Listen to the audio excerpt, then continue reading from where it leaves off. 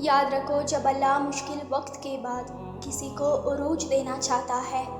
تو اسے یہ 3 خاص نشانیاں بار بار ظاہر فرماتا ہے۔ اگر آج تم اپنی زندگی کے کسی مشکل دور سے گزر رہے ہو اور بہتری کے اسباب تلاش کر رہے ہو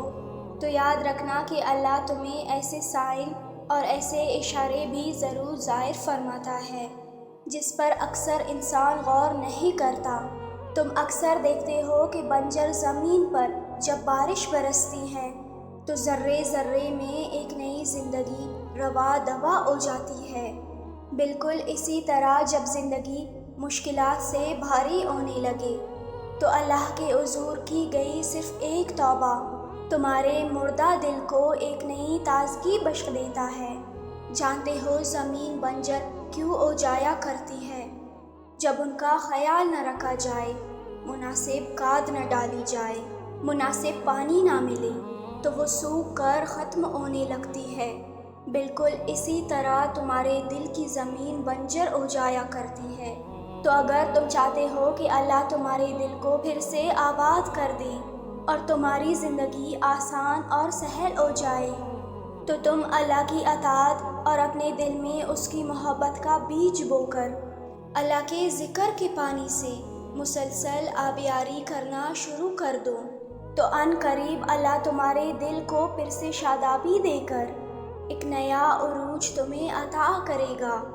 اللہ قرآن میں خود تم سے مخاطب ہے،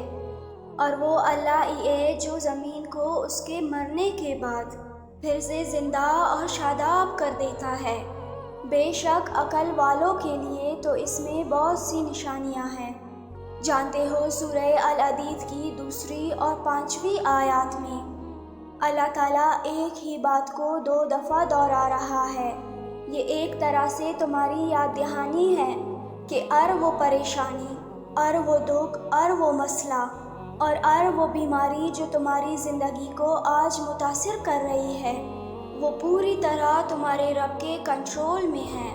ہر وہ چیز جسے کونے کا خوف یا جسے پانے کی خواہش تمہیں بے چین کرتی ہے وہ اس رب کے حکم کی تابع ہے، اور جب اس کا حکم ہو جاتا ہے اور تمہارا وقت آ جاتا ہے تو ہر ادھورا کام اور ہر دکھ اور پریشانی کو ختم کر دیا جاتا ہے، اور جب تک اس کا حکم نہیں ہوتا تو یقیناً وہ تمہارا امتحان لے رہا ہوتا ہے کہ اس کا بندہ کس حد تک اس پر یقین رکھنے والا ہے۔ اگرچہ کچھ دن مشکلات کی سختی کی وجہ سے تمہاری زندگی پر بہت بھاری ہوتے ہیں، لیکن یہی وہ دن ہوتے ہیں جو آخر میں تمہیں عروج عطا کر کے تمہارے اجر کے پیمانے کو دگنا اور بھاری کرتے ہیں۔ جانتے ہو ہر صبر کا ایک انعام ہے اور ہر دعا کی ایک منزل ہے، اور وہ منزل جس کی تمہیں تلاش ہے، یہ راستہ اسی منزل کی طرف جا رہا ہے۔ اس راستے میں تمہیں مشکلات بھی آئیں گی، کانٹے بھی چبھیں گی اور تکلیف بھی ہوگی، لیکن یہ آزمائش تمہیں آنے والے انعام کے لیے تیار کر رہی ہے، تمہیں بے حد و حساب دینے کے لیے ڈالی جا رہی ہے۔